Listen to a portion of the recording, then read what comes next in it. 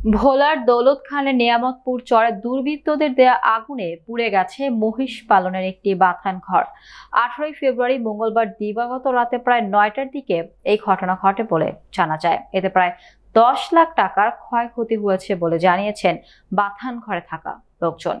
বাথানে থাকা মহিষ, গরু ও ভেড়ার মালিক বিএনপি নেতা জাকির হোসেন বাবুল, হাজী আকবর হোসেন সহ মোট 9 জন মালিক দীর্ঘদিন ধরে সেখানে প্রায় 1100 মহিষ, 200 গরু ও শতাধিক ভেড়া পালন করে আসছিলেন। অগ্নিকাণ্ডে মহিষের চিকিৎসার ঔষধ, খাদ্যদ্রব্য সহ অন্যান্য মালামাল ও আসবাবপত্র সম্পূর্ণভাবে পুড়ে যায়।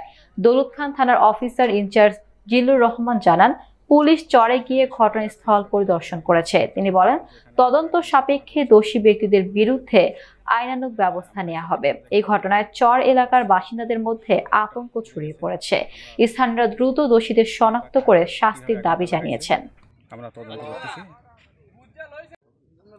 18 তারিখ রাত্র 9 ঘটিকার সময় হঠাৎ করে একদল মুখোশধারী দুষ্কৃতিকারী ঘরের বাতান ঘরের 11 জন লোক ছিল, এঘরে মারধর আরম্ভ করছে।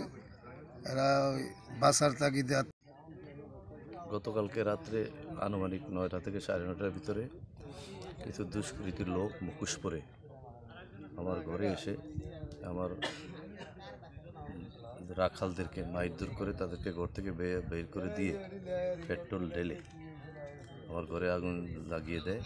আমার ঘরের আগুন লাগিয়ে প্রায় আমার 10 লক্ষ টাকা মতো ক্ষতি সাধন করে, নগদ টাকা এবং ওষুধপত্র সহ 10 লক্ষ টাকার ক্ষতি এবং আমার কয়েকটা মহিষ পুড়ে গেছে এবং